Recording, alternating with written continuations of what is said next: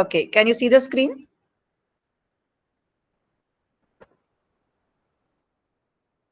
Yes, ma'am. Okay. So, Castro Company is a chemical company. It was established in 1968. So, when you are looking at an organization, uh, you have to understand its history. So, if it was established in 1968, you have to understand what was the economic situation in India when it was established. What was the economic situation then in the late 60s? We still had license Raj. Economy had not opened up. When did the economy open up? When did liberalization happen in India? 1990. You can Google now. Today you have all information at your fingertip. Okay, 1991. whatever be. 1990. So, uh, they say that actually India got its political independence in 1947, but the real economic independence came only in the 90s when our economy opened up. Otherwise, we only had Fiat and Ambassador. We had to wait for a long time for the telephone connection. So there was scarcity of many items because manufacturing was not allowed. It was all, there was too much of restrictions on many things. The socialism somehow backfired in the philosophy, and businesses were suffocated. There were only a few big businesses which could prosper, and the SMEs, MSMEs, and all were finding it very difficult to do business. But there is something called business acumen, resilience. Have you seen the movie Guru? If you have not, you must see the movie. That dhanda karna hai. People want to do dhanda. They have that in their DNA, and they have that acumen. So whatever be the economic situation, the scenario, but you have to understand what was the scenario in India pre-liberalization. History is very important because sometimes history repeats itself also, and you understand the characteristics and don't find gaps in that business there, because you have to be in that scene to understand why it was so then. So imagine a business being set up in the license Raj, and it was set up in the outskirts of a city. But you have to understand the city always grows because there is always this attraction to the cities because of how it is. Just as uh, you may like to go to US for better prospects, so people from the rural areas like to come to the cities for better prospects. So the city is always growing. So what you think is in the outskirts may no longer be in the outskirts. And every sector, now we are dealing with a chemical sector, every sector is unique. It is unique because of the India has the skill sets for particular chemicals, may not have the skill sets for particular chemicals. So for every sector it is that way. So for chemical sector, what are the skill sets that we have? What is the raw material that we have? What is the climate conducive for which chemical production? What is the capex that we have to produce the chemicals? Do we meet the demands of domestic, or do we also meet the demands of offshore demands?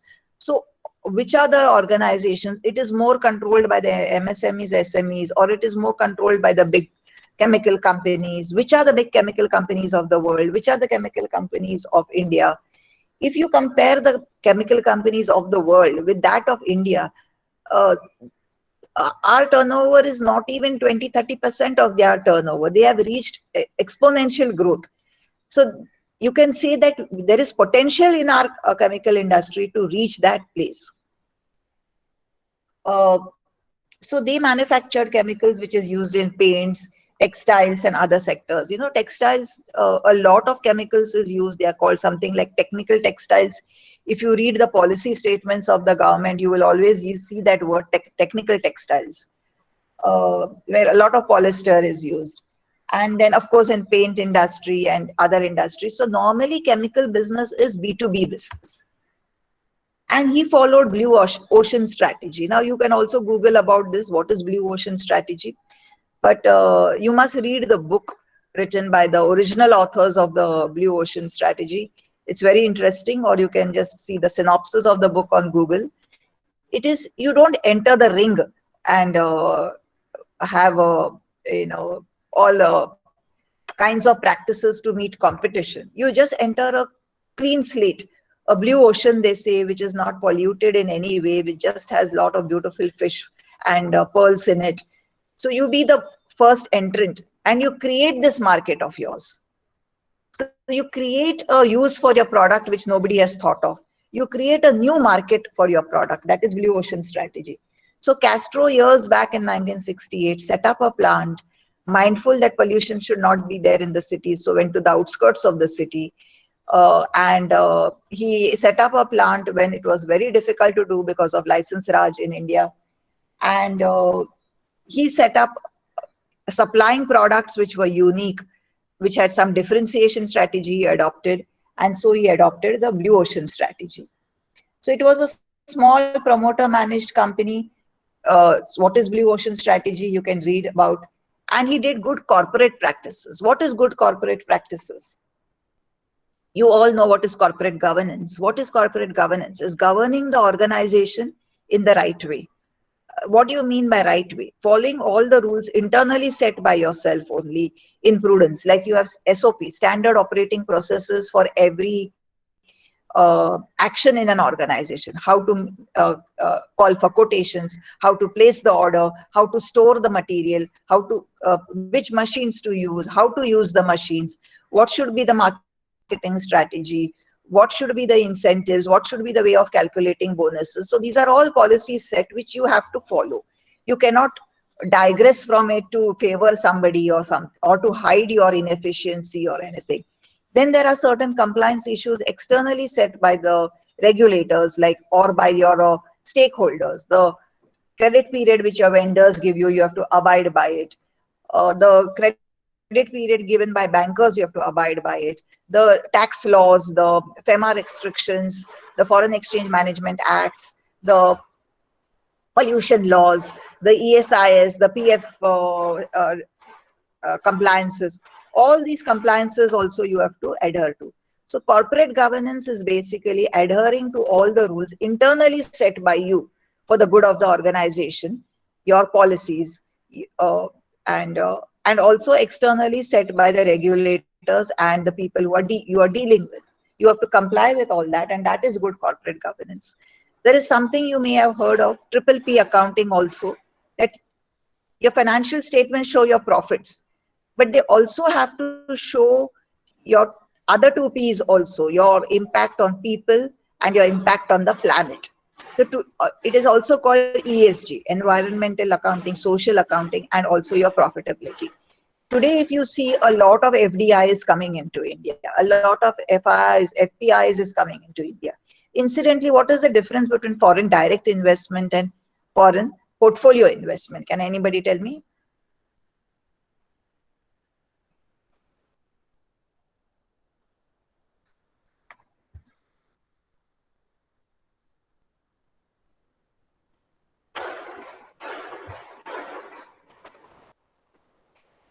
FDI is when you directly invest into the organization either through equity or debt. FPI is when you buy the products of the organization. You buy the shares, the debentures, and all that. So what is happening is pension funds in Canada, in Australia, they are allowed to invest in the capital market. So they are coming in a big way to India because there have been certain issues with China where they were investing in. And they follow these rules that a balance sheet should be ESG compliant, that a balance sheet should show a triple P accounting also. So today corporate governance is getting more and more weightage, and it attracts investments if you abide by it. And in the long run, organization becomes a profitable organization, becomes a growth oriented organization if you follow. It is the same thing, triple P, ESG, corporate governance, or whatever you call it. And then in 2008, he retired and he did succession planning, and his son is ready to take over. Now, most organizations make a mistake here. I was dealing with one organization. This person, he started the organization, extremely successful organization, 1,000 crore revenue. He did very well in life, rag to riches story, but not ready to let go at the age of 80 also. Zero succession planning, and that is why it messes up. Organizations are supposed to be perpetual. It creates a lot of trauma to all the stakeholders if you are not, or if the organization fails.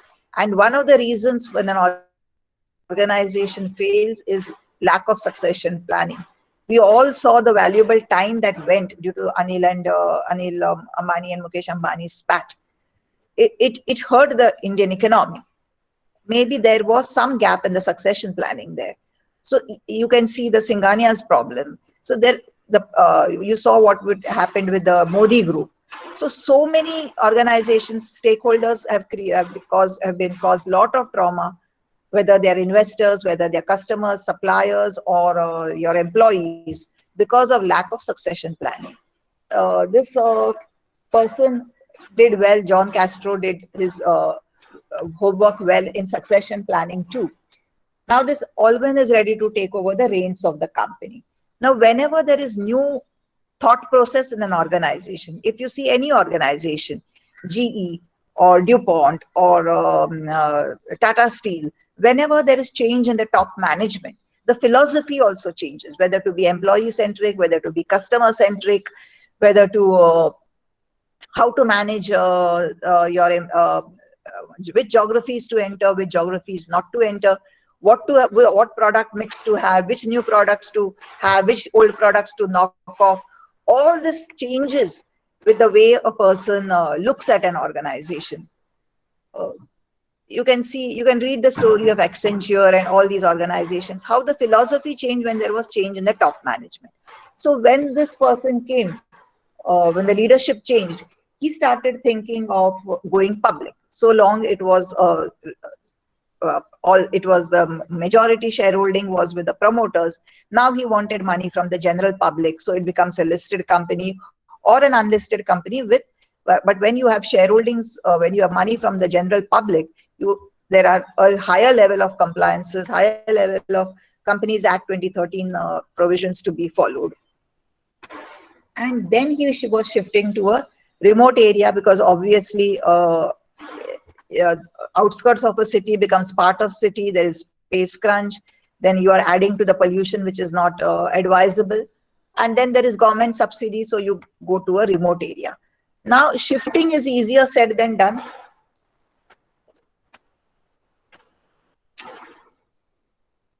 In between, there were many organizations, due to tax incentives, shifted to Himachal Pradesh, but it backfired. Why? Can anybody tell me?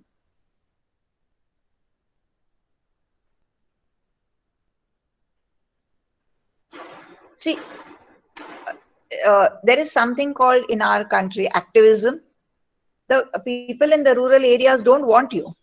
You think you're doing them a big turn, the people here, big industrialists think they're doing a good turn. We are going to buy local, and they will have big slogans, think global, buy local, and we will generate employment. They care two hoots for you. They're very happy in their circumstances. They may not be cash rich, but they're extremely rich people. They are having pure ghee over their rotis and bhakris. There is enough food in their house. They may not be wearing branded clothes, but they're very happy the way they live. In fact, some of them are extremely rich. They spend crores on their weddings and all. So they are happy in their circumstances. I mean, you don't, and you are imposing yourself on them. So they don't want you. They don't want you to be adding to their groundwater pollution. So there is a lot of activism when people go and set up factories there. So you have to first go there, meet the panchayat, meet the leaders over there, convince the local people that you will be accepted there. Only then you can go there. Otherwise, there is a so you have to go slow when you come to this thing of shifting of your premises, your operations. In the course of manufacturing their product, a hazardous waste material was produced. Now, in any production activity, some byproduct is produced, which could be a waste product or it could be a useful product, which could be hazardous or which could be harmless. So you have to convert that thing into something useful. We saw in sugarcane factories, you have molasses, which is a waste product of theirs, and it is converted, used for fuel, used for making alcohol, other things. There is so much of scrap in steel manufacturing. It is used to making smaller items, ball bearings, screws, nuts, bolts. So lot of this byproducts, waste products can be turned into useful products and become a major source of revenue. Now this is a hazardous waste which they are producing. And So as per the law, they cannot release it into the or into the waters around or anything and contaminate the entire environment. So they have asked an outside agency to pick up their waste, and they're paying that outside agency to pick up their waste. Now, I don't think that is just following the law by technically, but not in spirit. They should also ensure that that person who picks up the waste does not dispose it off in a very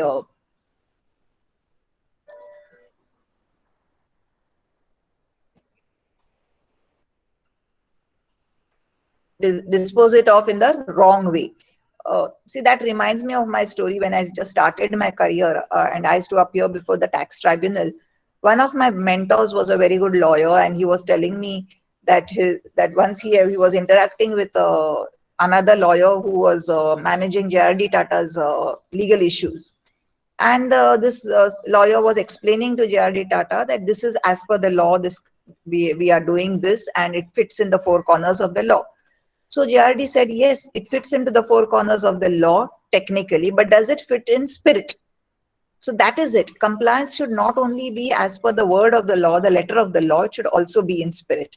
Here you're following the law by letter, but not by spirit, and it will come back to haunt you. Because if he's disposing of in the wrong way, it is your groundwater which is going to be get contaminated. That water which your employees are drinking, that water which you are going to use for your industrial use also, and the people are going to get upset with you, and you are not going to build goodwill over there. Then what is said in the case study? Actually,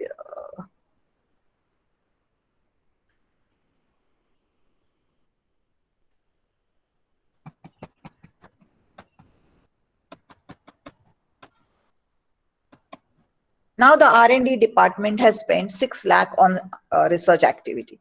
Now this pandemic situation has highlighted the importance of research. Research has always been very, very important, and many organizations in a short run perspective, in the greedy perspective, have compromised on their research expenditure. Like you take an example, a pharma company, it has a profit of 5 lakhs. If it spends 2 lakh on research, then what remains with them is 3 lakhs. If they don't spend on research, what remains with them is 5 lakhs. So it's tempting to have a 5 lakh profit. Looks the financial statements look more attractive, more profit for the promoters, for the shareholders. But it is very, very important to have research expenditure. Again, expenditure is how you look at it. Research expenditure is sometimes called discretionary expenditure because there is no input output ratio over here. When you put raw materials of say 5 lakhs, you are going to get an output of say little less than 5 lakhs if something there is normal wastage in it. But there is no such input output ratio to understand efficiency in R&D operations. You can spend 1 crore and get an impact of just 10,000. You can spend just 10,000 and get an impact of 1 crore. So it is there is no hard and fast rule here in R&D. It matters a lot on the creativity, on the intelligence, on the environment you create for an R&D. You cannot sit on their head and tell them, "Arey, jaldi karo, jaldi karo, jaldi karo." You can be spending 4 hours and coming out with something very creative. You can be spending 40 days and not coming out with anything creative. So R&D expenditure is a very, very necessary expenditure, but it's an expenditure you really cannot find sometimes the input output very fast, but it is a long run shot and needed. So they have spent 6 lakhs and they have come out with a process which can convert their hazardous waste into a saleable product. Now, it is up to them whether to accept doing this, converting this hazardous waste into a saleable product or not converting it. Okay. Uh, but whether they do it or not, this 6 lakhs is gone. So it is like, let me tell you, suppose during the pre-pandemic times when you were allowed to freely roam around, there is an exhibition, say you are staying at Parel, and there is an exhibition in say New Bombay, and you go all the way there and you don't like anything. But still you say you want to buy, and so you buy, because you've gone all the way over there, you buy something of say 500 rupees. Now tell me, the expenditure and the time that you have spent in going there, whether you buy or not, it doesn't make a difference. It is gone expenditure. It is a sunk expenditure. Similarly, R&D expenditure is always considered to be a sunk expenditure. It is gone, whether or not you get a benefit from it.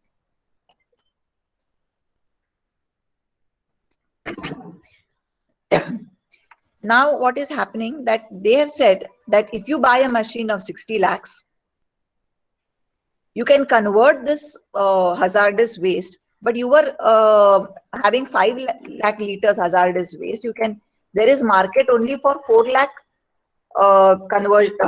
converted useful waste. And so you will convert only 4 lakh. Why will you convert 5 lakh when you don't have market for that 1 lakh? And to do that, after doing that, there is market for 100 rupees waste market for that. Depreciation is straight line method.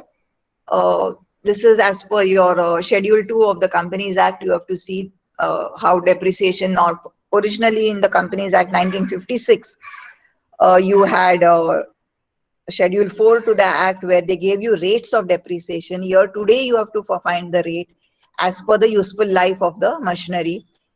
Today you have something concept called block of assets, where see in an aeroplane, the machine of that aeroplane may be lasting for 10 years, while the seats of the aeroplane may be lasting for 3 years. So you could have a different rate for the machine, the different rate for the seats. So it's you can go through this Schedule 2 of the Companies Act 2013 to find out how depreciation is calculated. And then they project the expenditures to earn this sale of to sell this 4 lakh. Is you have advertisement expenditure, you have variable expenditure. So you all know the difference between variable expenses and fixed expenses. That gives you your operating leverage. The more and more of fixed expenses structure you have in your cost, so your cost is made up of fixed cost and variable cost. The more and more of fixed cost you have, the higher is your operating leverage. So good operating leverage is desirable in growth companies, where you can keep increasing your variable expenses as your product expenses, as your production goes up. So your cost per unit comes down because your fixed expenses remain the same. Am I making sense what I'm speaking? Are you okay? Yes, ma'am. Yes, ma'am. Okay. Okay. So please keep interrupting, because I think this is becoming a monologue just to complete it fast what I want to cover. So please interrupt if I'm becoming boring, if I'm putting you to sleep and you feel like leaving. And then you all know the marginal cost sheet. That is very, very important. In your sleep also, you should be able to tell sales minus variable expenses is equal to margin, or contribution minus fixed cost is equal to profit. Even the panwala on the road knows what is his margin. You know, another panwala will come from the gaon and set up shop near him and say, "Arey bhai, bolo na aapka margin kya hai?" So when he says speaks margin, he knows that he doesn't have to include fixed cost in it, because it's a gone cost. You cannot juggle with it. It is the variable cost only which you can juggle, which you can have cost efficiency in that.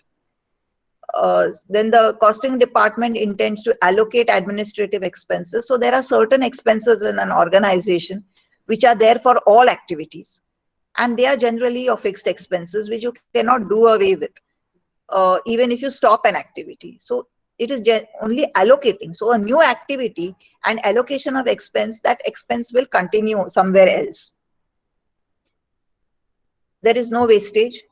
Now this head of production department wants to know whether to go in for the process or not to go in for the process. If you have to go in for the process, whether to buy the machine or lease, or not to buy the machine on lease. The business of the company is doing well, cash reserves are good, they are considering expansion.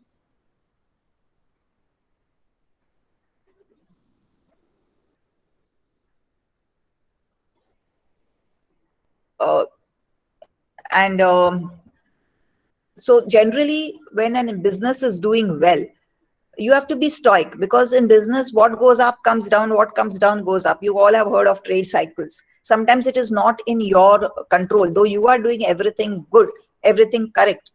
the external forces are such that you are in the trade cycle which is in the recession, or you are in the part of the trade cycle which is in recovery or whatever. So in businesses you have to understand that what goes up has to come down and what goes down has to go up. The line should be the trend line should be such which should keep you sustainable. So when your business is doing good, you can't be flaunting your wealth, cannot be showing off and having ego over your competitors. This is the time when you do diversification, when you do expansion. So when the business is not doing good, these are the actions which you have taken which hold you in good stead. But again, the flip side of that, the other side of that is 70% of the M&A activities don't do well because there is no synergy after M&A. Because M&A is not only two organizations coming together, it is cultural alignment of organizations which is not given importance.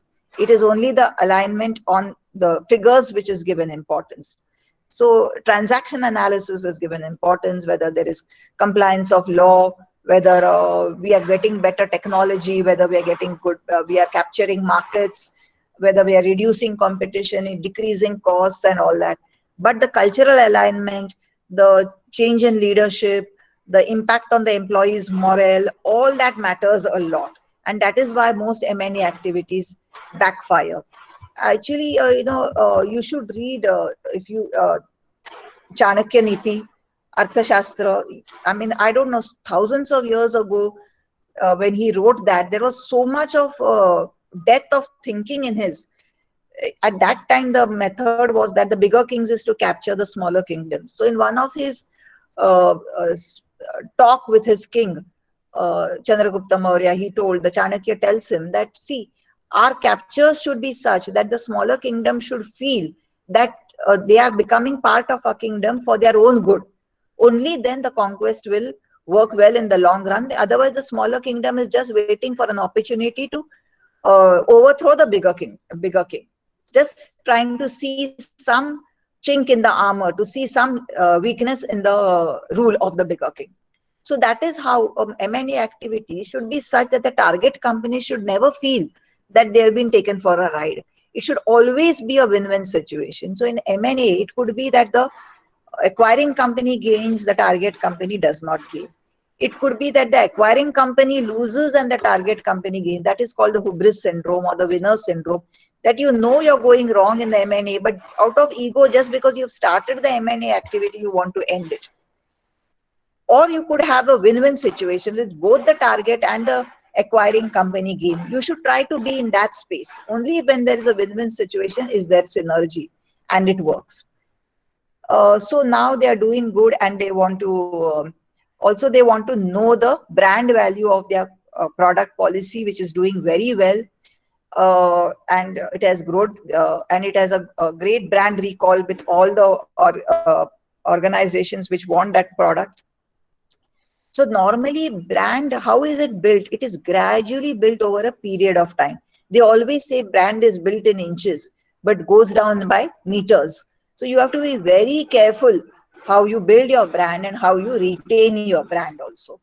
So very subtly advertisements build a brand. So they say part of the advertisements go in building the brand and part of advertisements goes in increasing your sales. Now, what is the present capital structure? It is 50,000 equity and 2 lakh preference shares. So the current EBIT is so much, and preference shares carry a dividend. And so the finance manager wants 80 lakhs maybe for the to buy that machine, maybe to buy this neighboring company Rambo.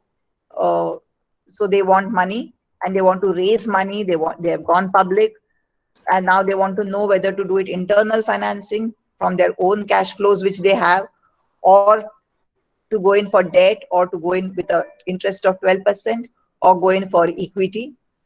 And the finance manager wants to understand the better option by calculating indifference point, as I told you, the level by which it makes no difference whether you buy equity or you buy shares.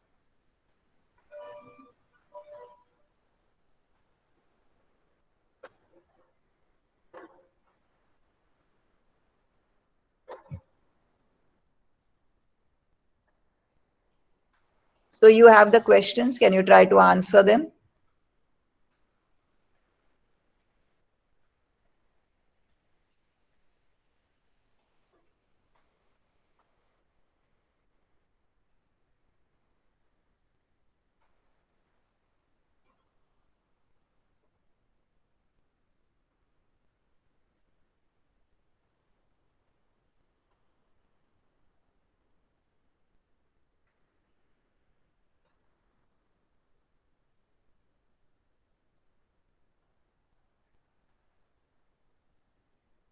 So what is the first question?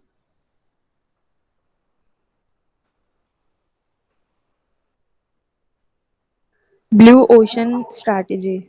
So you can Google about it.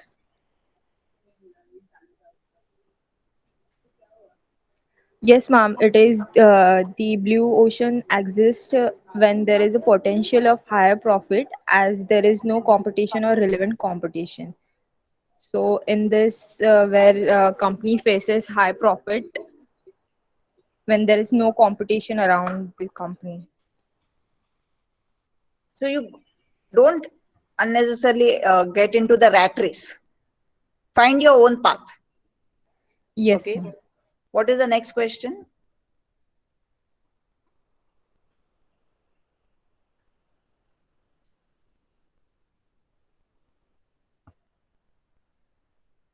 What is the next question?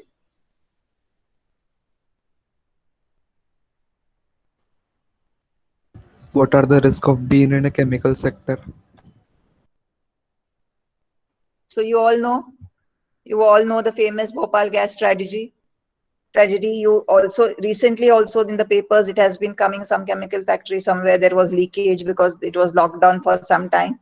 So the biggest risk in chemical factory is because they are dealing with highly inflammable material.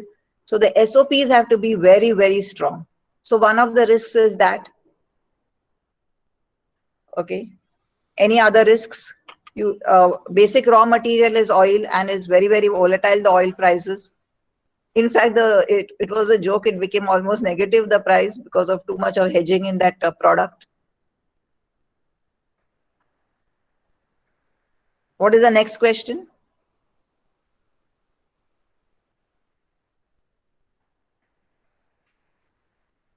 Why is NPV analysis used in capital budgeting? Can anybody tell me?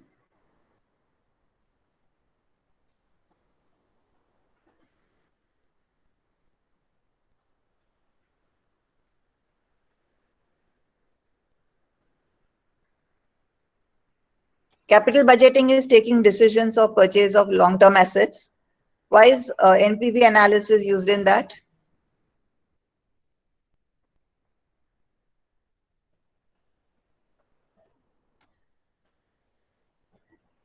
To analyze the profitability.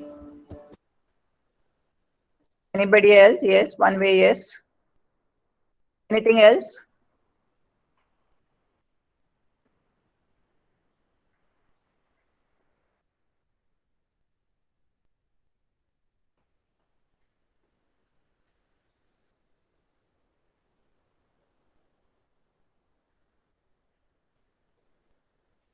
Anybody else?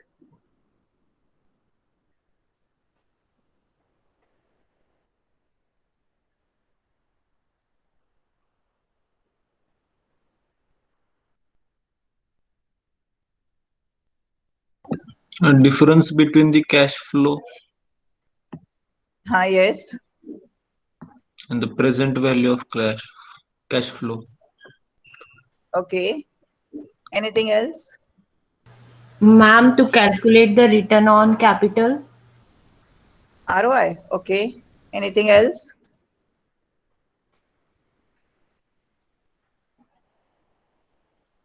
What is NPV, net present value? Okay. NPV is net present value. That is one of the methods to understand what you're investing today. You're going to get the returns in future. So the logic is the returns you get in future should be more than the investment you're doing today. Am I right? Yes, ma'am. Okay. Now the returns which you are getting in future. So suppose in future, after 3 years, you get 100 rupees. After 3 years, what you can buy in 100 rupees, today you can buy in 80 rupees. So the value of that 100 rupees after 3 years is 80 rupees as of today. So a businessman always thinks in the discounting way and not in the compounding way. See, as a layman, what a person will think, I put in 10,000 rupees in a bank. After 3 years, I will get 12,000 rupees. But a businessman will say, After 3 years, I'm getting 12,000 rupees. What I can buy after 3 years for 12,000 rupees, I'm getting today for 11,000. So what I'm getting after 3 years is 11,000. So businessman always thinks in discounting way and always thinks net of tax way. If you tell a businessman, if you accept my proposal, you will earn 1,000 rupees more every month. He will say, no, I will earn 800 rupees more every month, because when you earn more, you pay, your profit will increase and your tax outflow will go. If you tell a business person that, no, don't go in for this project, your expenditure will go up by 1,000 rupees per month. He says, no, my expenditure will go up by 800 rupees per month, because he knows if expenditure goes up, profits come down, my tax outflow will be less. That is how you have this financial leverage, because of interest being a deductible expenditure. Similarly, discounting, that is not integrated in the books of accounts. 90% of business decisions don't come from the financial statements. So you have to go beyond financial statements. He will think from discounting way. What will I earn in future from what I'm investing today? And why do you discount it? See, like in a marathon, you have a 80-year-old person participating and you have a 21-year-old participating. You cannot compare both their speeds. They are not comparable, correct? Because of the age difference. So you need a converter to make them comparable, their speeds. Similarly, the money that you earn after 3 years is not comparable with the money that you earn after 6 years. So to bring them to some level, you need a converter, and that is your DCF. You bring them all on the same platform.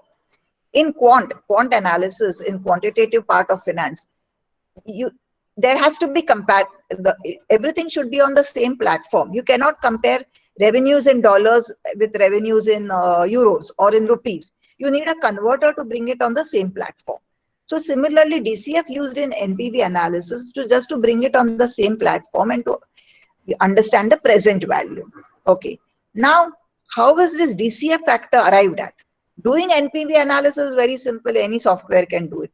But understanding which DCF factor to use. DCF factor is a play of three things. It is, when you suppose you invest suppose, for example, to make it simple, you have 40,000 rupees with you and you want to buy, yes, somebody wants to ask something. Yes, ma'am. Yes, tell me. No, actually, I wanted to ask that there is a question that you said related to value of money. So if we consider the inflation rate at present, so there is no usage of FD returns also, if we compare both of them. So the middle class person that if they want to save and want to grow their capital, they basically go for fixed FD or saving accounts mostly. Okay. So if we calculate logically, there is no usage of it. No? Perfect.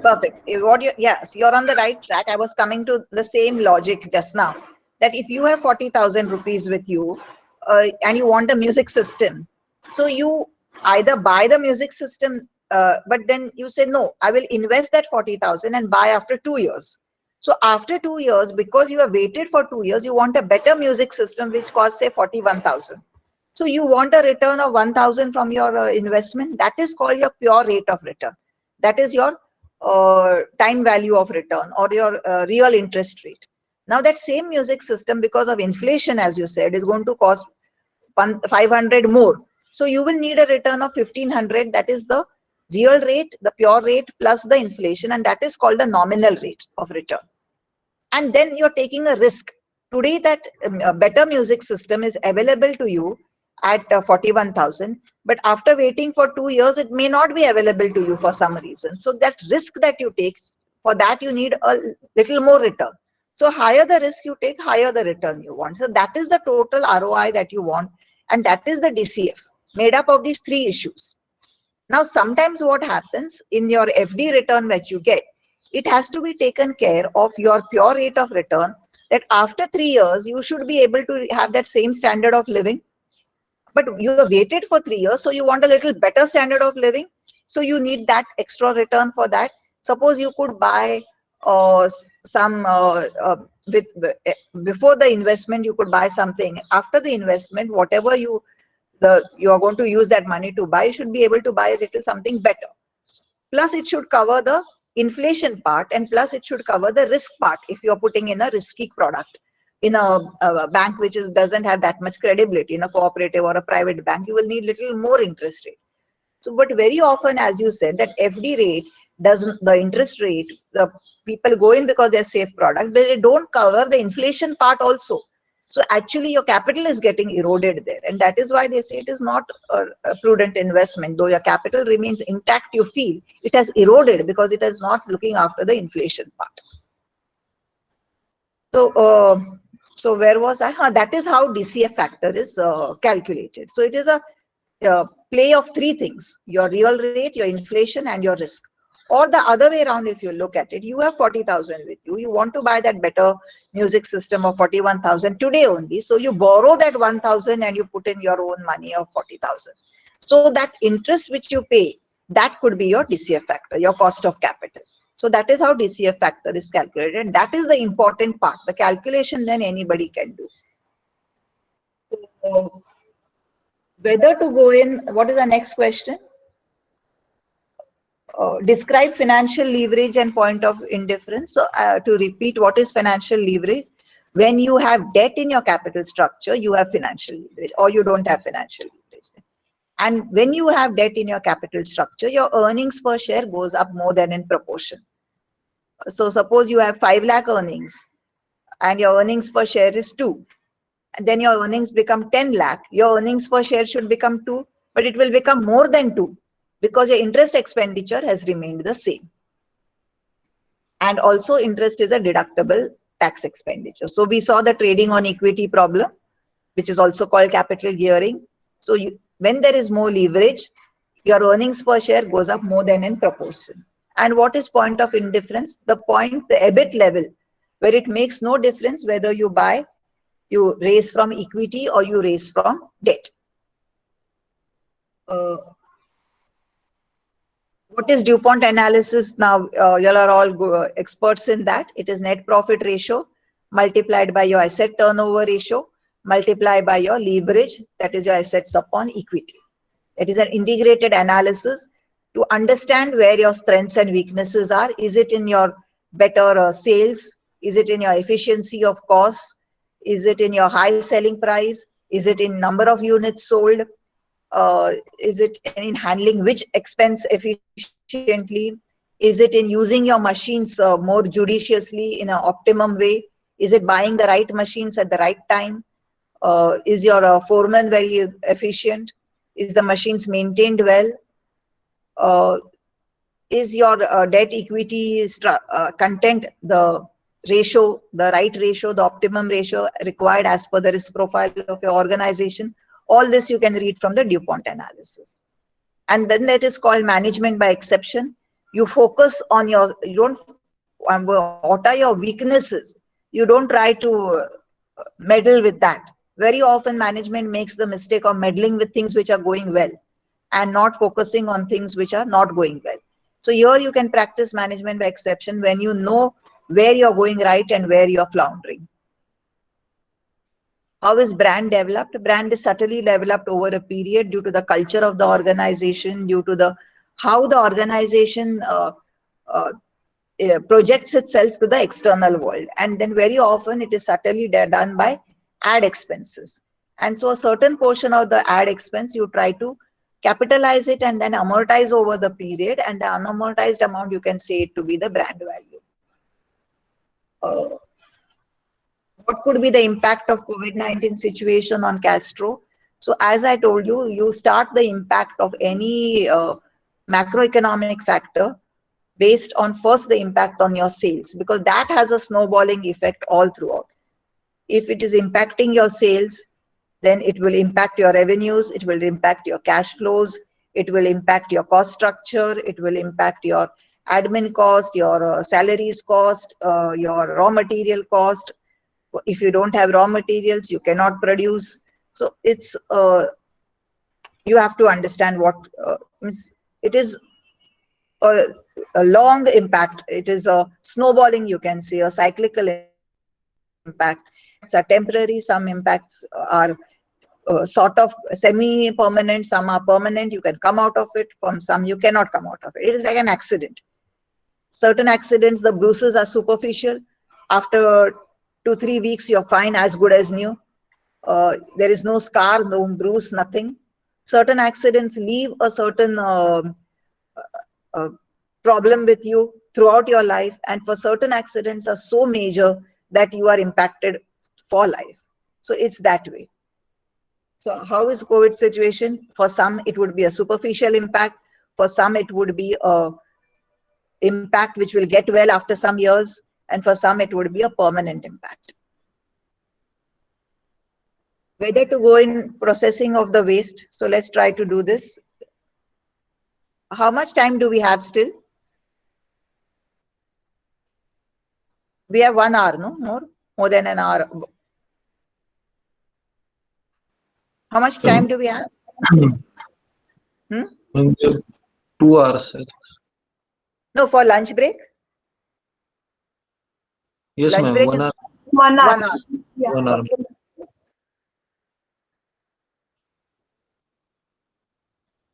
So you will have to help me in this NPV analysis.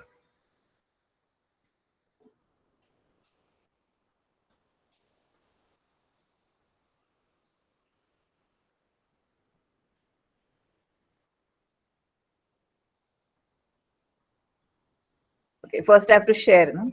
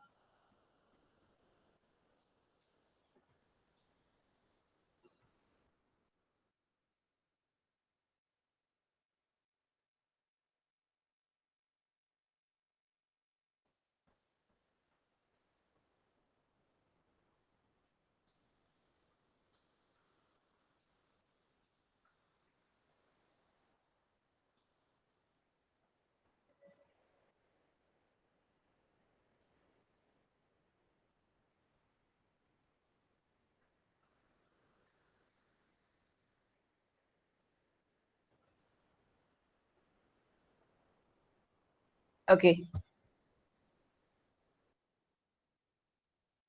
Can you see the screen? Yes, ma'am.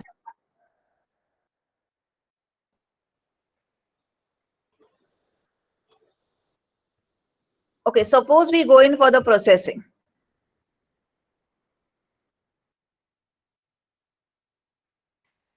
How much will our sales be? We will be selling 4 lakh liters. And what would be the selling price?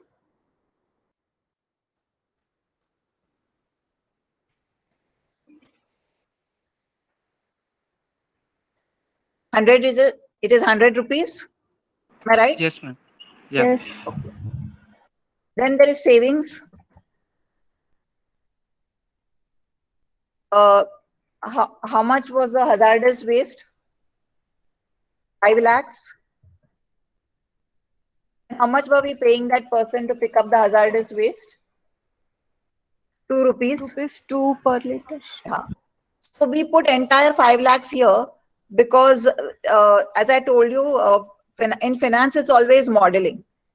So then, in the expenditure, we will put 1 lakh. That 1 lakh may change. It may become 2 lakhs when the market falls, or when the market increases, it may become less and all. That's simulation, or it is creating model. So first page is always a flat model, and then you link the pages as the scenes change. So even financial modeling, there is much ado about it. Actually, it is a very simple thing that parameters keep changing, and accordingly, you should have provision to keep changing. And so that is why everything should be like it should be formula based. So this is your total revenue.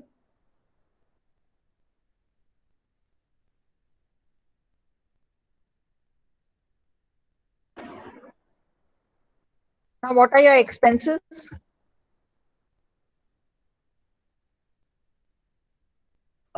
Picking up would remain, picking up expense would remain. How much is that? 1 lakh into 2. What other expenses there? R&D you don't consider because it's a gone expense. Whether you buy the machine or not, it makes no difference. You only consider the extra expenses that you will have to incur if you go in for this activity. There is depreciation. The machine is worth 60 lakhs. Divide by 10 years. Simplicity's sake, I'll put that there is no salvage value. Actually, scrap market is humongous in India and all over the world. All machines, cars, even when you bring down a building, the rods and all, there's a huge scrap market. It's a big revenue source. So machine would be having iron in it or whatever. So there would be salvage value always for a machine. Even when insurance companies, they give you the claim, if there is fire or something, they will consider whatever remains of that product which is burned down. What is the resale value of that? Then what are the other expenses? Advertisement expenditure. Yeah, depreciation. How much is advertisement expense? 2 lakh. 2 lakh 2 rupees. lakhs annually. Okay, what other expenses there? I think there is variable expense. How much is that? Now, variable expense will be only on that 4 lakh liters which you will be reprocessing. How much is variable expense? 50 per liter. 50. Here, as I told you, your marginal cost sheet, variable expense is something which gives you your operating leverage. And also these are all projections, and projections are done by various methods. You'll have to do market surveys either yourself or you will outsource it to some market survey company. Any other expense?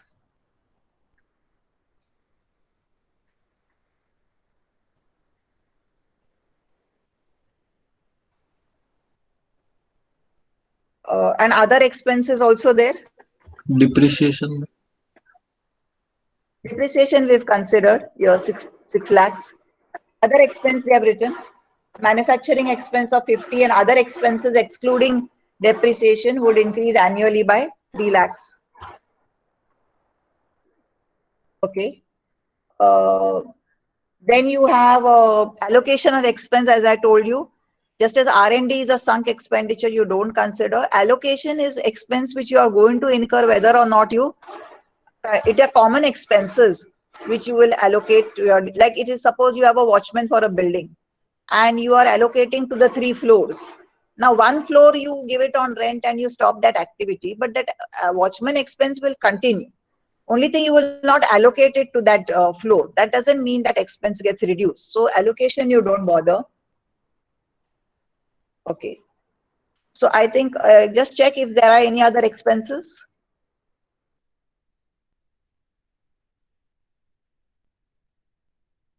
This is the total of expenses. Okay. How much is the tax rate?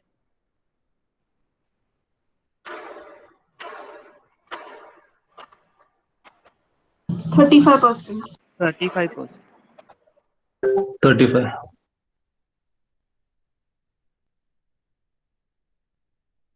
So this is your PAT.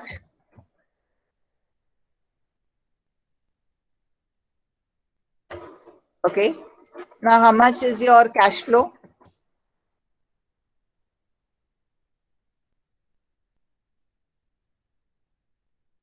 Plus you add your depreciation, you get your cash flow, correct? Now this is a cash flow which is going to remain the same after for all your 10 years.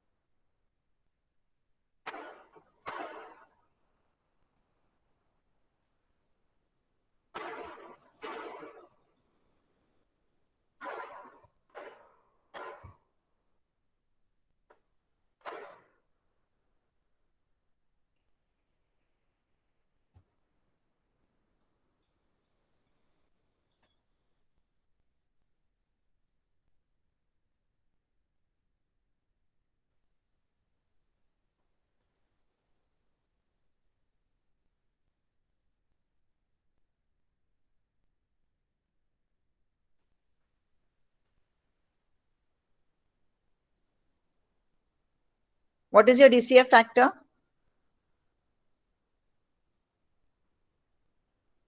12%. 12%.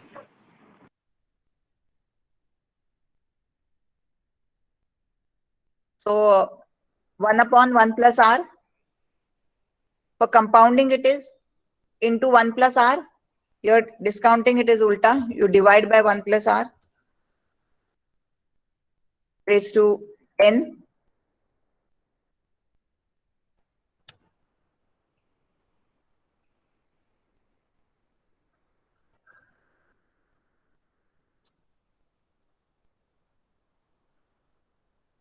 So that is raised to 1. This would be raised to 2.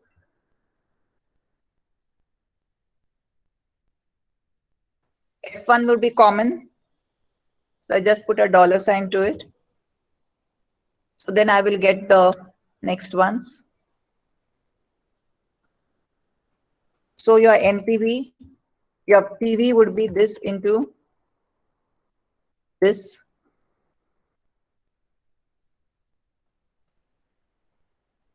So your PV is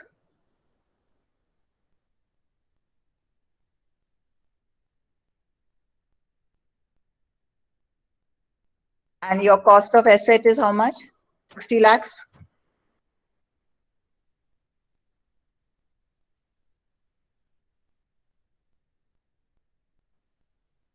You have a huge NPV. So you go in for the investment as per your analysis. But because the cash flows are same every year, you need not find the PV of every year. You can just take this total.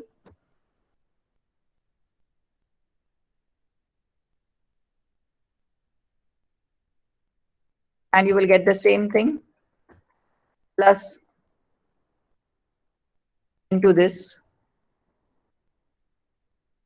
Okay. And then you can also go to the Excel sheet formula, go to financials.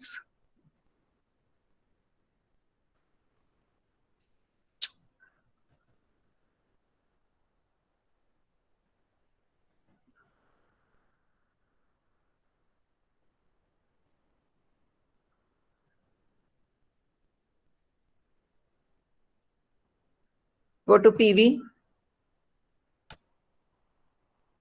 What is your rate? 12%.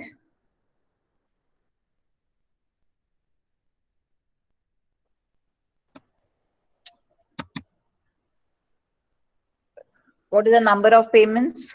Period 10 years. What is per this? 1,44,000. So you get the same thing.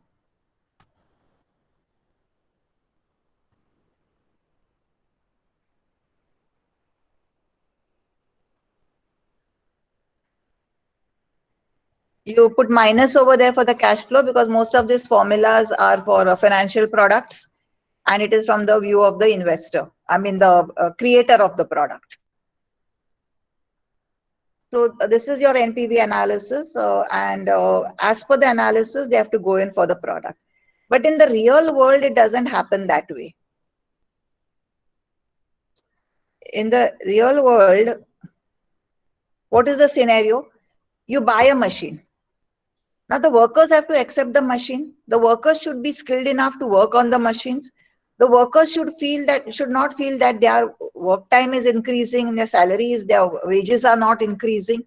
There should be no resistance from workers because time lost due to workers' resistance, strikes, or productivity reduced due to workers' dissatisfaction is a big impact on the business.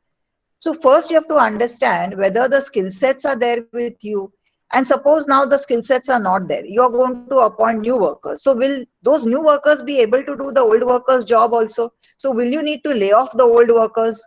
Will that create discontent in the organization? So there are a lot of parameters you have to consider and don't take decisions only on the financial figures.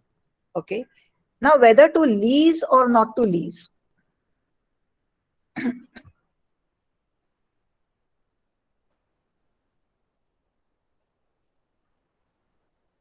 So what happens? Suppose you don't buy the machine, but you lease the machine. And then leasing the machine, what is the lease rent that you have to pay?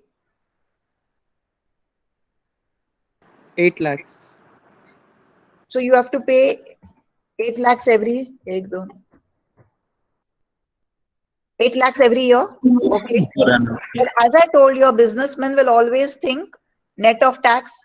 Because of that expenditure of 8 lakhs every year, what happens? His profit comes down by 8 lakhs. Correct? Yes, So ma'am. his tax outflow will also go up by 8 lakhs. Actually, his expenditure is how much? Every year, his outflow is 5,20,000. Am I right? Now, because it is leased the machine and he is not bought the machine, he will not get depreciation. So because of that 6 lakh depreciation, what was happening? His profit was going down by 6 lakhs. So his tax outflow was decreasing by 35% of 6 lakhs. Now you can say that because he will be paying, his outflow will increase by 2,10,000. So actually what is his expenditure, lease expenditure, if he goes in for leasing, every year it would be so much. So what would be the present value of this lease expenditure? We can go to formulas, recently used, present value. So he would be spending how much? The rate is 12% is the cost of capital. Number of years, he would be 10. Per month, he would be spending so much. Okay. So totally, he will be spending so much in a period of 10 years if he leases out.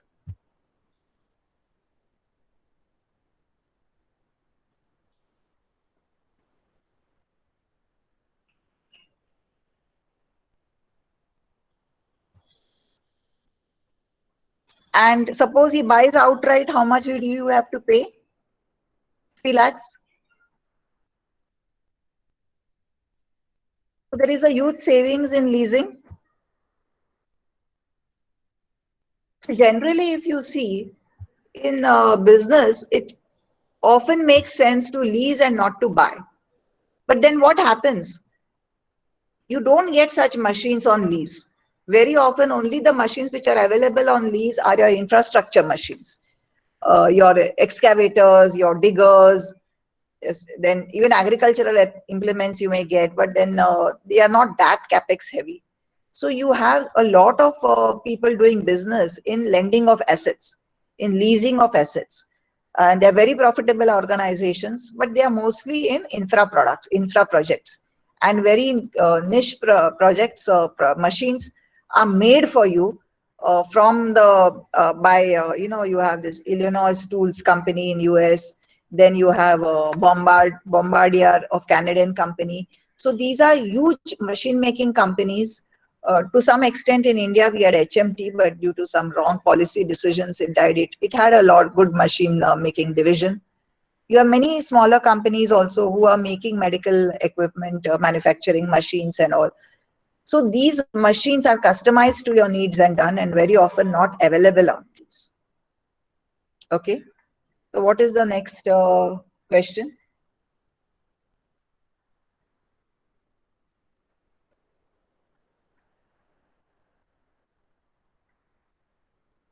Whether the company should acquire the business of Rambo Chemicals. So now you know how to calculate ratios. What is net profit ratio? It would be a net profit upon sales into 100 from the financial statements that is given. You know how to calculate your asset turnover ratio. That is your sales upon the assets used in the business. Product of those two will give you a ROA. Calculate how much is your assets divided by your equity plus reserves. That will give you your leverage. Multiply with that with your ROA, you will get your DuPont analysis. Okay. Now, looking at the ratios, if they are encouraging, you will buy the company. But does it make sense to buy the company? you have to see other factors also. You have to see what would be the impact on the morale of your employees. What would be the alignment of technology? How would customers look at it? How would suppliers react to it? So you have to see various other issues, because they say in any M&A activity, 2 plus 2 should be more than 4. But mind you, 70% of the M&As, it is in the long run, it backfires. So you have to be very, very careful and diligent in your due diligence to see that there is synergy.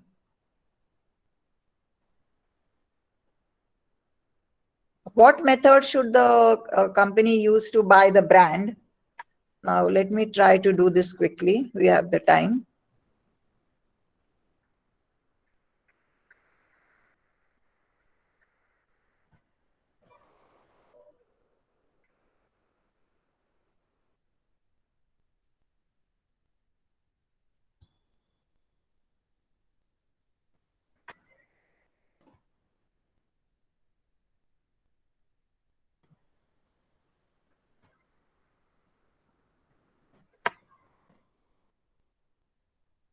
Okay, you can see the screen. Yes, ma'am. So what they say now, you have spent so much on advertisement for the last, say, 25 years. And always in any analysis, longer the period, better the result. You can do for 10 years also, you can do for 15 years, 20 years, whatever you feel is the rightful way to give you a better figure. Now, you feel that because of your ad expense, like you see in your ad, sometimes Shah Rukh Khan is there, sometimes some other celebrity is there. But the value of that celebrity remains only for a few years. Maybe the next generation don't gel with that celebrity. And after a few years, you have to, that impact goes away. But then slowly the brand gets developed.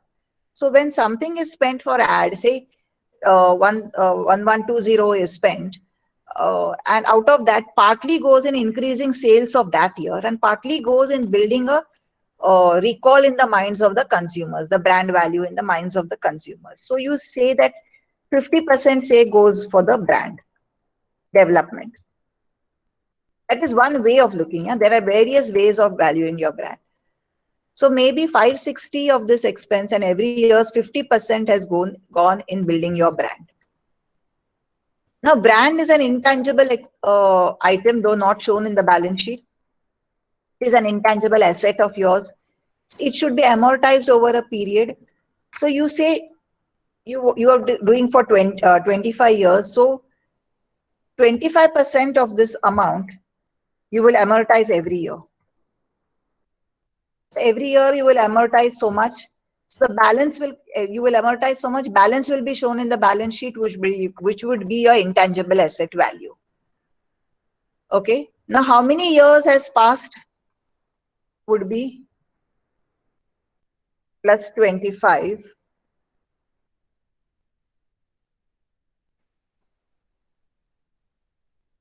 minus this year, the first year. That's 1. The 25 years have passed. Every year you are amortizing 22.4. So how much have you totally amortized till now? So much. So what is the balance now in your balance sheet of this? Okay. Am I clear? Am I made sense over here? This much you have spent. You feel 50% has gone towards increasing your sales and 50% has gone towards increasing your brand value. So this has gone towards increasing your brand. Okay. Now you want to amortize it for 25 years. So this is the amount you will amortize every year. For how many years? 25 years. Now, how many years have gone past? This is 25 years ago. So 25 minus 1 plus 1. So 25 years have passed. So you amortize the whole amount. So this is it.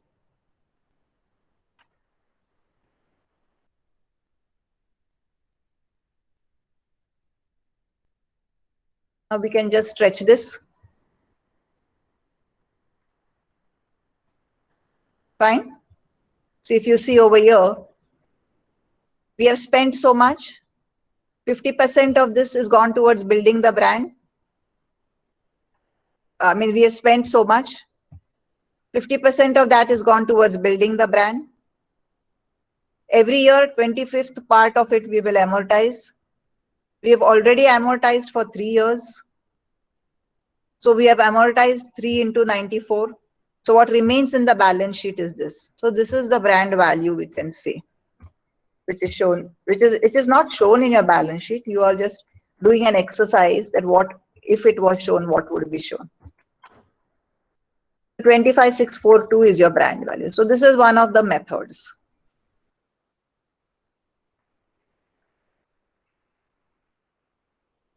Are you okay with this? Yes, ma'am. Okay.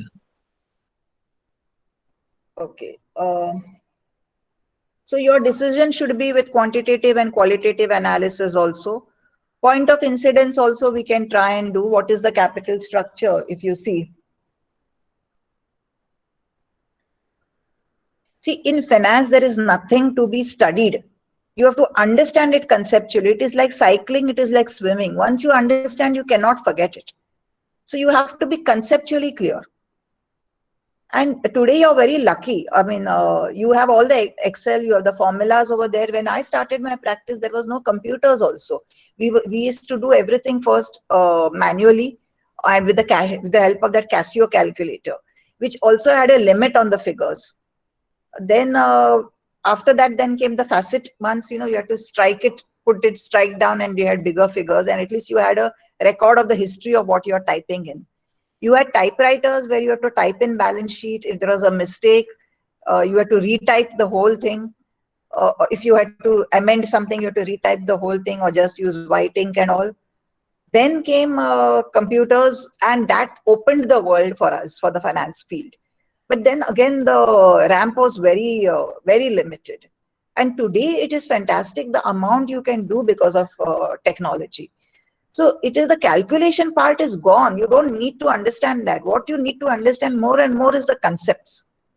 Because you have to sit with the IT team to bring the maximum value to the organization.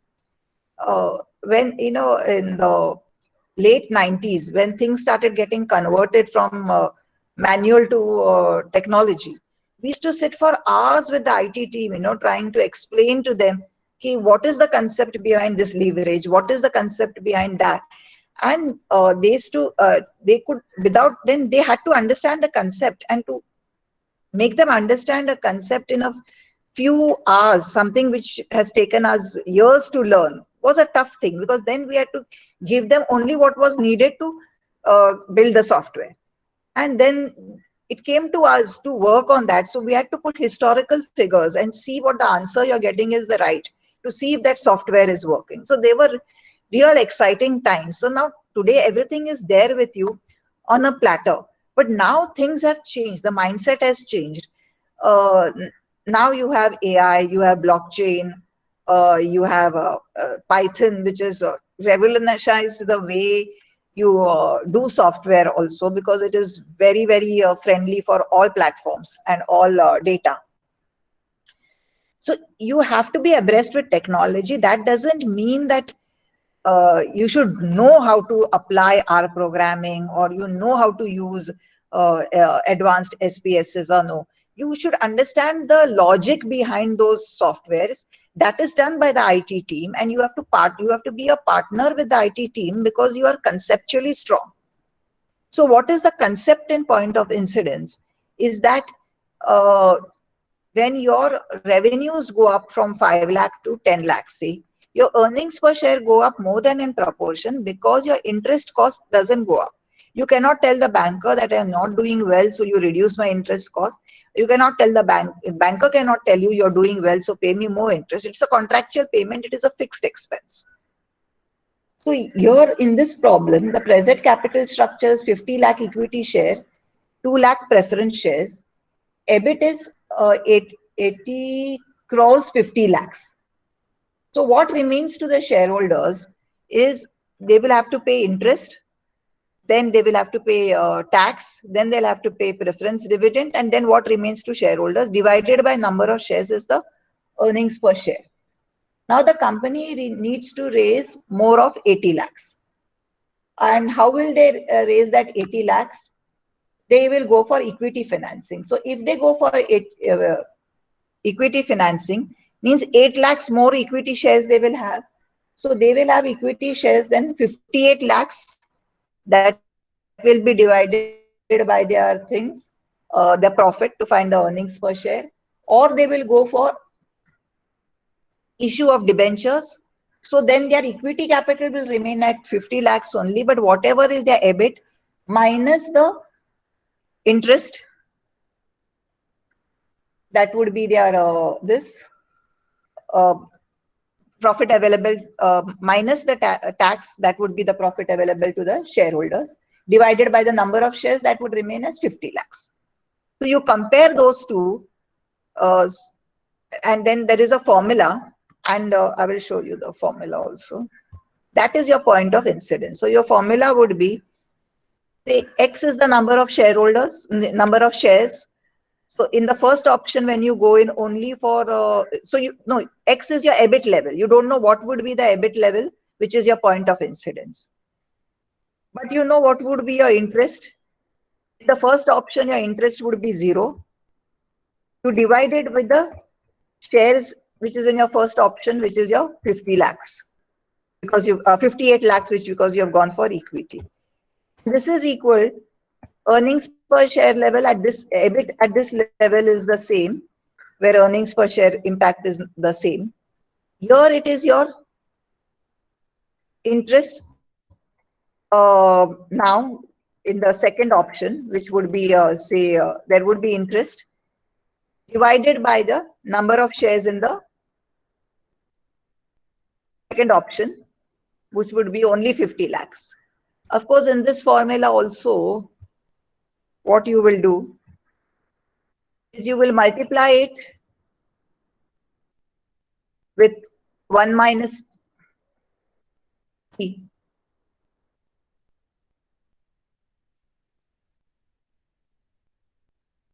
To understand the tax effect of interest, if there is any, and to give what is available to shareholders, you'll remove the preference dividend because that is not subject to taxation. Similarly, you'll do over here also.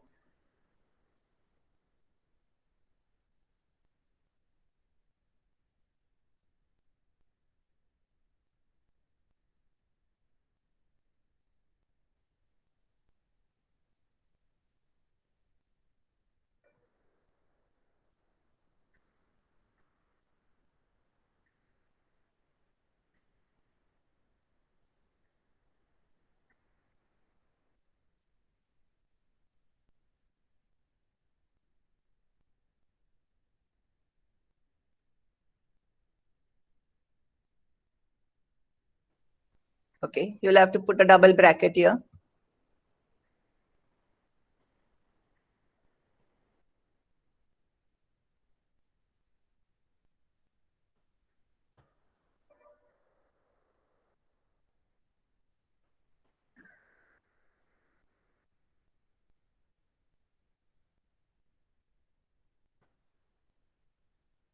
Now you just put in the figures which are given in the case study, you will get the EBIT level.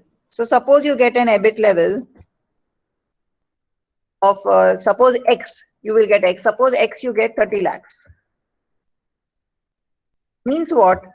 Up to 30 lakhs profit when you make, it makes no difference how you raise money, debt or equity. So then it's better to go in for equity. Then why go in for debt and increase the risk profile of your organization? Because more and more the debt, more and more the risk of your organization. Because it is a drain on your liquidity, paying the interest and then paying the capital also on time. But very often you cannot take decisions based on financial figures because the real world scene is different. Who will give you equity if you don't have a track record? Then even loans, you cannot get loans if you're in a service company because you don't have assets to give as collateral. So the real practical situation is very different, and you have to take the decision as per the scenario existing at that time. But you need to know your point of incidence to understand from when on you should be able to take the risk.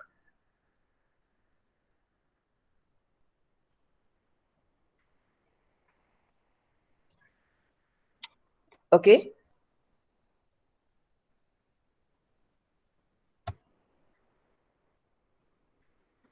So any questions?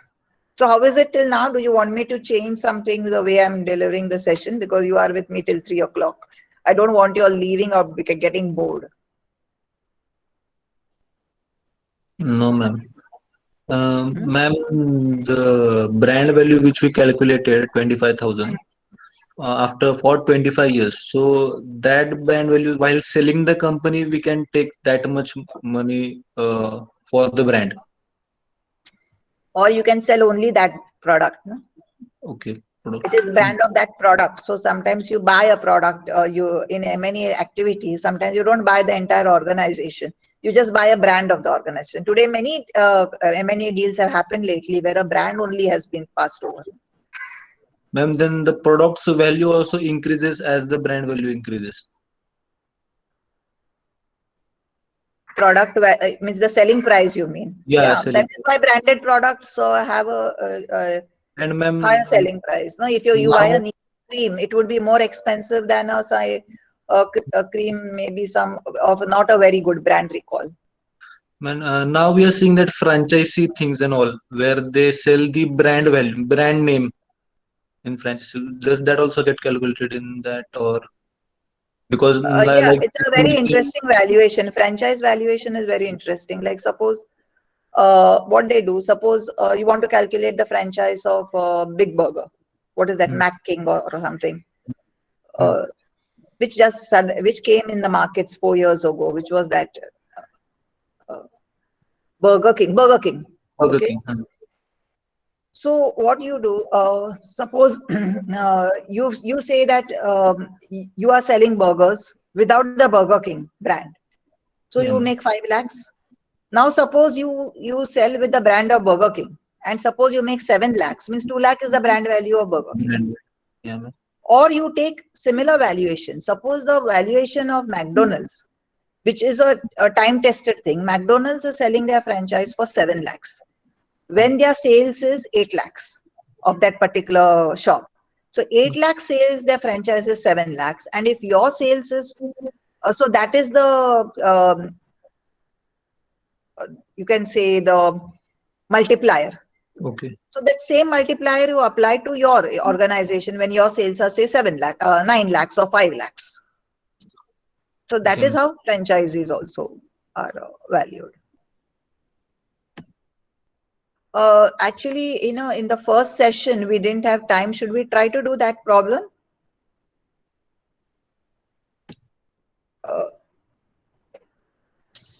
Let me come to that.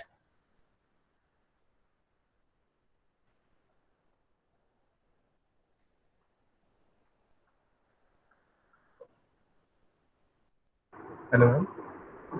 Ma'am, I have a doubt related to, is there any formula or any way to calculate the real value of the share price?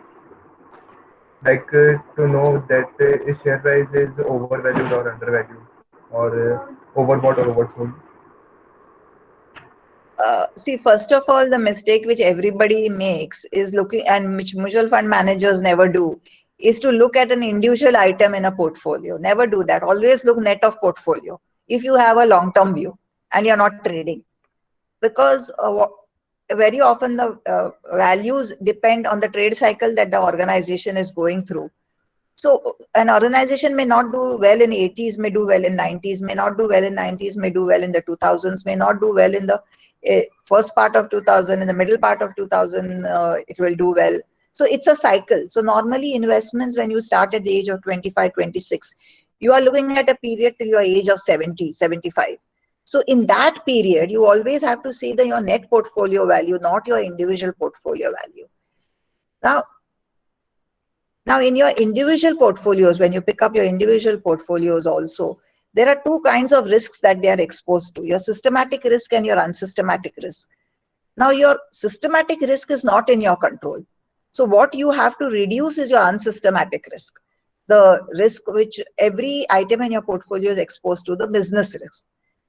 The systematic risk is the beta of the portfolio, which depends upon the bullish and the bearish trends of the market, which is not in your control, which depends on the macroeconomic policies or the RBI policy, or even this or a tsunami or a war or even this COVID-19 situation. It is not in your hands.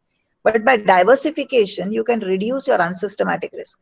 Business risk, which somebody is exposed to cash flow risk, somebody is exposed to foreign exchange risk, somebody is exposed to technology risk. So you have a mix of items which are not correlated to each other. That is the trick. You don't go and stock picking each portfolio. It doesn't make an impact. If you are interested, if we have time in the end, I will show you how portfolios are built. It's very interesting. Yes. Diversification is the key, and the weightage you give to your assets. Suppose you have a portfolio of 5 lakhs, out of which something is the weightage of an item is just 0.2% or 0.3%. What is the point in giving too much of risk and spending too much time on that?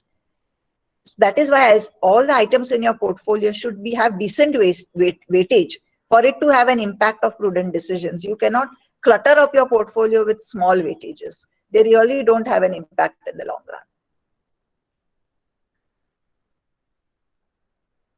run. So ma'am, actually one more now, that do we need to just balance between that we have some futuristic view related to one stock, and to balance with that we need to add a blue chip stock with that.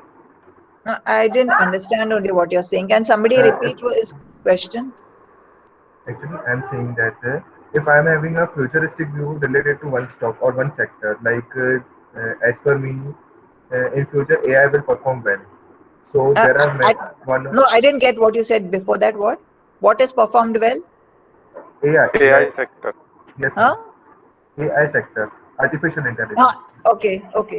Yes, sir. So there are actually I've selected one or two companies which I'm thinking to invest in.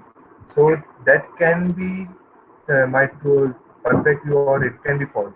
So to balance with that, do I need to add a blue chip stocks also which are currently in market trend also, like HDFC Bank and TCS and Hindustan Unilever, to balance the risk of their portfolio? Okay. Actually, nobody has really got it that right.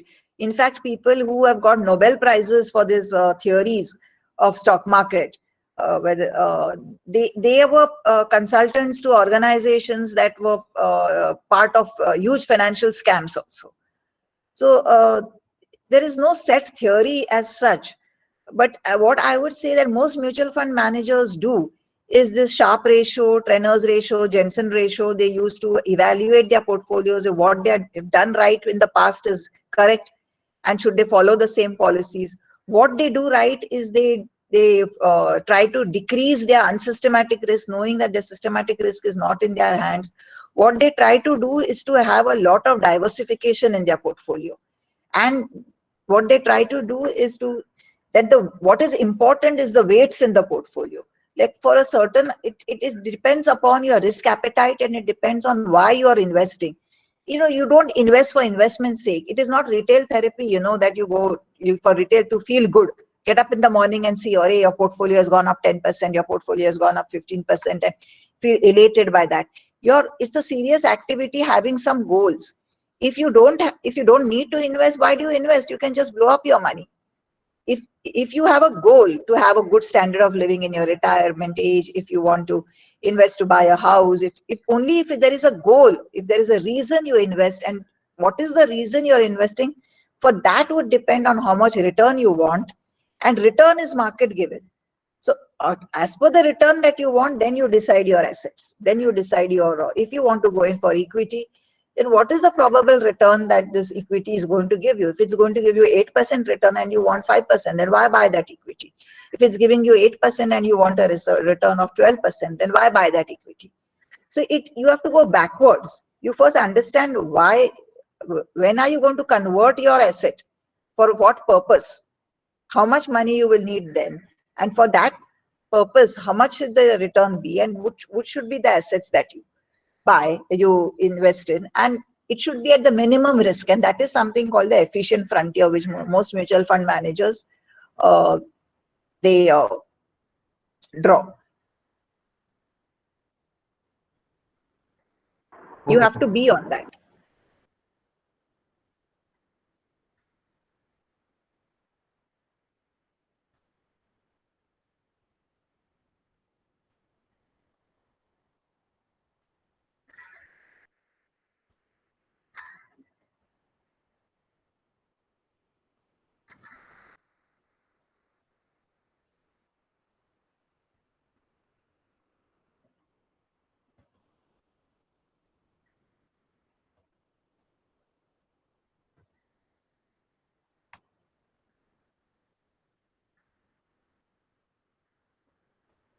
So in the first session, which we didn't get time, was this was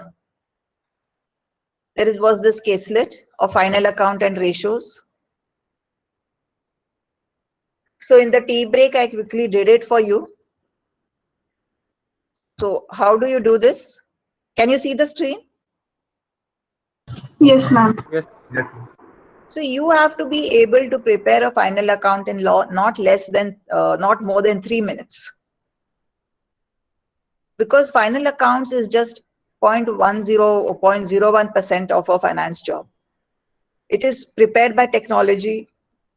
The reading is very important. So how do you prepare? This is the final balance sheet, trial balance given. And these are the adjustments given. So I just quickly picked up. You start with sales, always that is the starting figure. So sales less returns is your sales figure. Free samples is like sales because it reduces your inventory, like sales. So whether it is free samples, goods destroyed by fire, you put over here, or goods withdrawn by proprietor, you put over here. So these are your total sales. What is your cost of goods sold? Opening stock, add purchases, less returns, all expenses pertaining to stock, pertaining to increasing the cost of your goods. On accrual concept, so you add the outstanding wages also, minus your closing stock. So this is your gross profit. Then your income. This is your cost of goods sold. Your income is your gross profit plus any miscellaneous income other than your core activity. So that is your total income. Then your discount, your expenses, just taken from the trial balance, all the expenses taken on an accrual basis. So if there is any expense which is outstanding, I've added over your outstanding. I've reduced prepaid over here. Accrual concept is adding outstanding and reducing prepaid. Now this RDD and all, I think these coaching classes have really complicated this issue. It is very, very simple. Whatever is given in the trial balance has gone through the books of accounts. How is trial balance created? It is, you pass a journal entry in which the dual impact is given. The journal entry is posted to the ledger in 2 places. From the ledger, then it goes to the trial balance. The dual impact is already there. So when bad debts are here, the dual impact is there. A bad debt account is created and the debtors account is reduced. So bad debt will come. So all items in the trial balance will come either in P&L or balance sheet, only in one place. Adjustments means what? Journal entries are not passed, dual impact is not there. So to get the dual impact, you will pass the entry in both places.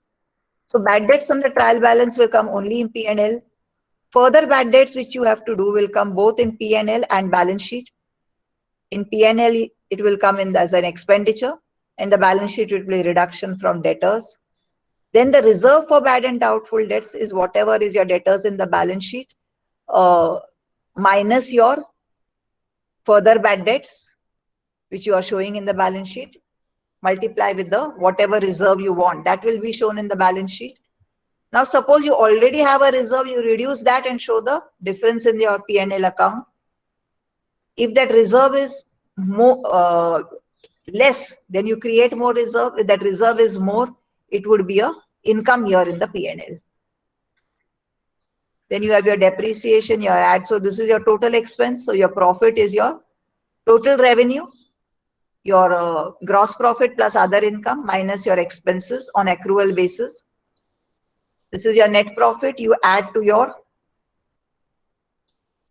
balance sheet.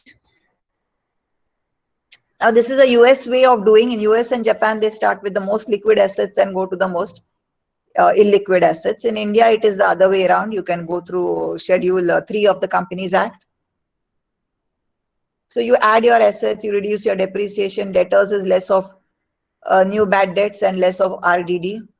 You put your closing stock and you get your balance sheet.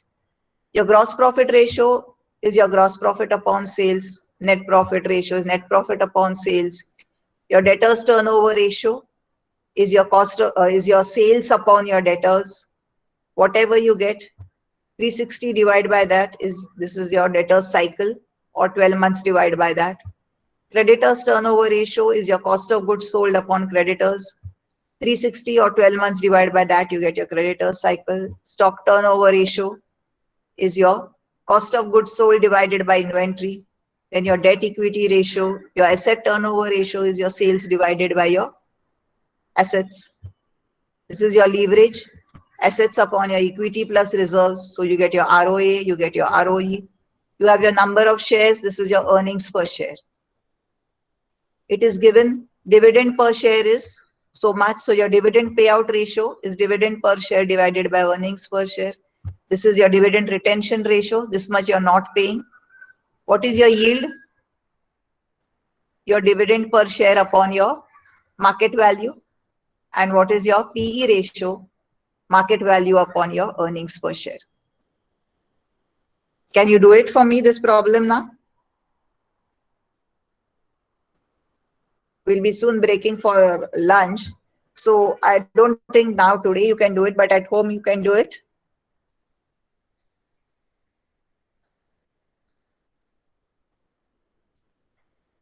Yes? Yes, ma'am. So see, it is basically computation is practice, nothing else. Now, if you do this problem 10 times, you'll be able to do it faster and better.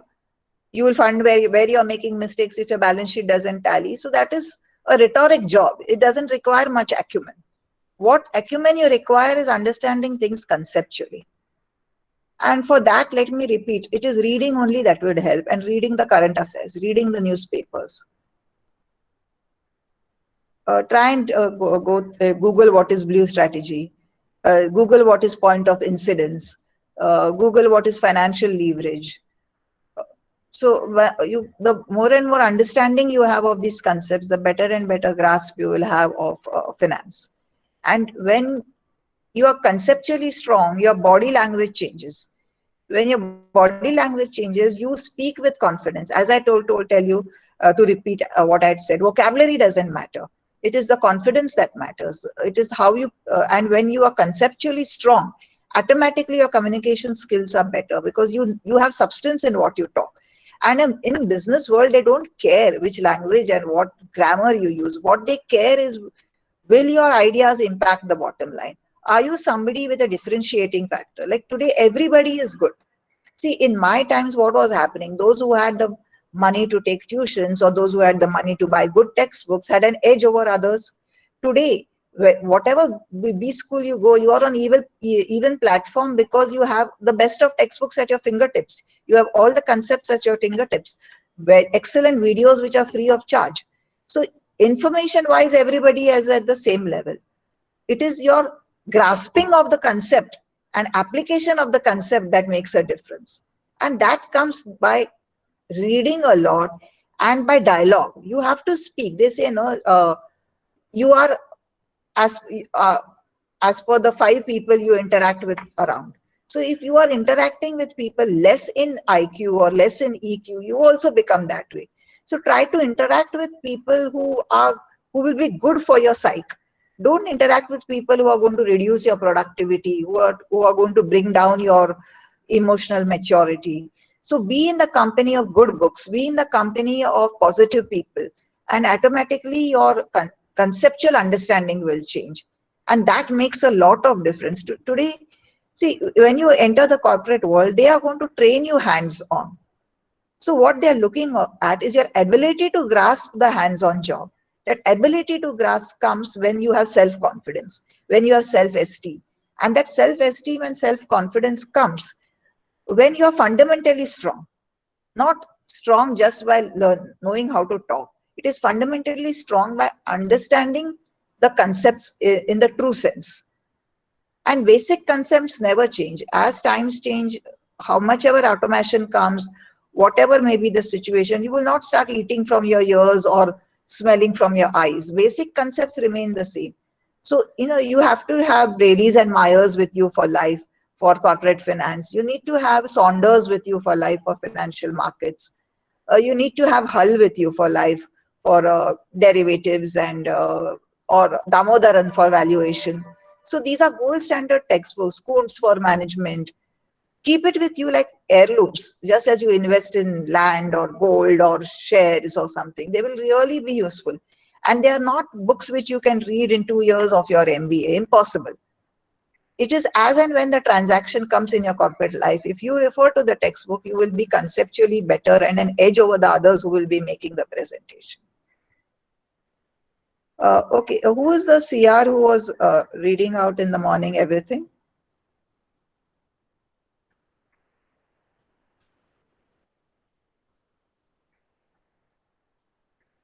Who is coordinating, the student coordinating this session?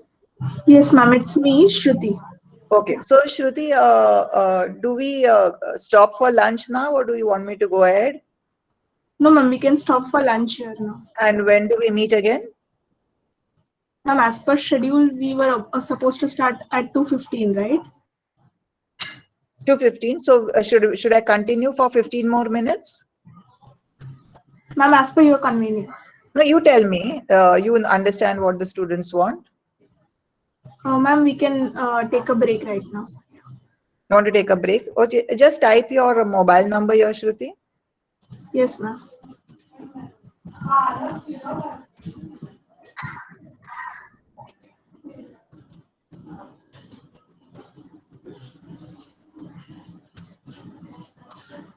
Okay, before we take a break, quickly, can we just summarize the concepts that we have learned in this sessions from morning 9 o'clock to now?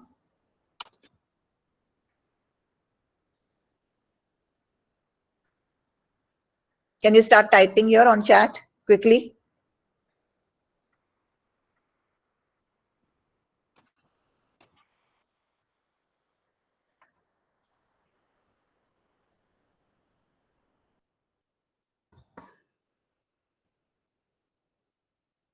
Correct business entity, are you okay with that?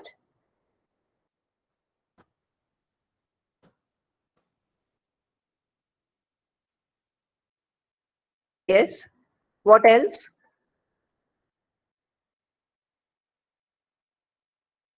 Leverage, operating and financial, NPV,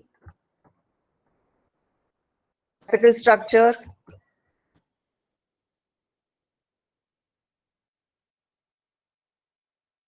point of incidence,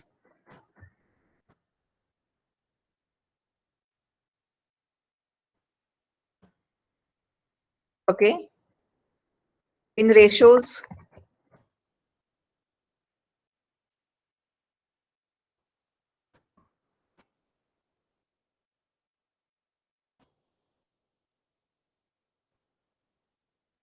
okay. Anything else? Anybody wants to add anything?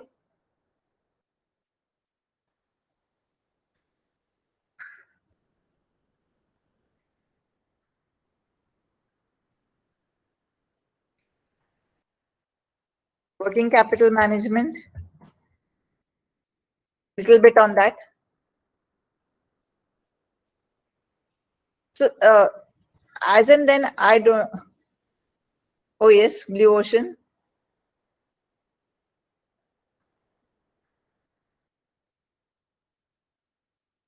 Somebody has said about calculation. Yes, Excel is used extensively, very, very extensively in the finance world. You have to be very nimble with your fingers in Excel, and you have to use all the tools which are there. You have the solver, you have the analysis pack and all. You go to Excel file and there are add-ins. So you should add in all the tools which are there. It is used very, very excessively, Excel.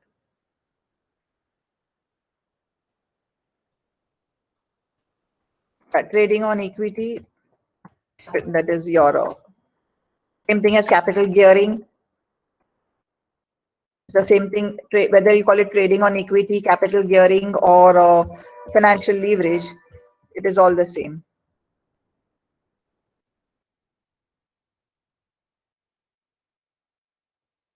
Financial leverage and operating leverage is different. You have ESG, triple P,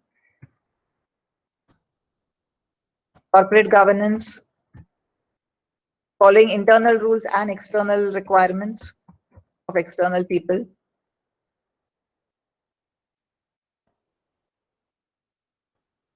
What else?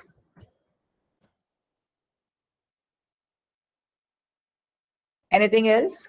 Somebody has put FPI and FDI. So today what is happening, rupee is depreciating a lot. So exporters are very happy actually. Why? Because when you're converting their dollars or euros into rupees, they're getting more rupees.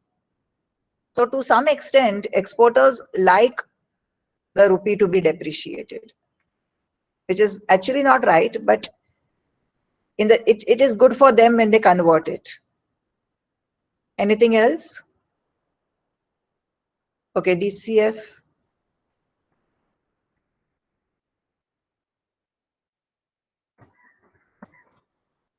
To arrive at it. It is made up of 3 factors: real interest plus inflation plus risk premium, or the cost of loan, the cost of debt, you can say. Anything else? Okay. The qualitative factors which you have to consider to take decisions, like shifting of the thing, you have to consider about the activism in that area. You just can't start manufacturing in some rural area, even if you're getting tax subsidy there. Okay. A lot of business is on projections. A lot of business is on risk management. A huge market is there for the hedging transactions, the derivative transactions and all.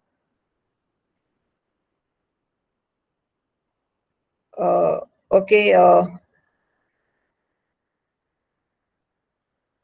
What's your name? Sorry, I'm very bad with names. Shruti. Okay, Shruti, I will stop here. Okay, someone has said very good. Param Savan spoke about succession strategy. That is very, very important.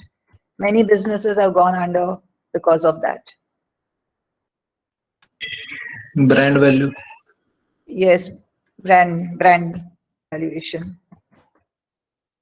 A little bit somebody asked the question, so we did franchise also a little bit. Somebody asked the question on this portfolio. That's of course a different topic. It will require 3-4 hours minimal, but diversification is the key, yes, and having proper weights, meaningful weights and the right weight, because for some equity and mutual funds, 40%, 60% may work for somebody it may work 60%, 40%. It depends upon your risk profile and the need. Why are you investing? Okay. Okay, Shruti, now you call me when everybody has come. I will send you my number. Okay. Okay, ma'am. Yeah. So I'm leaving. So please be back after an hour. Thank you for your Yes, patient ma'am. listening. Thank you, ma'am. Okay. Thank you, ma'am. Yeah. Thank you, ma'am. Thank you so much. Okay. Bye.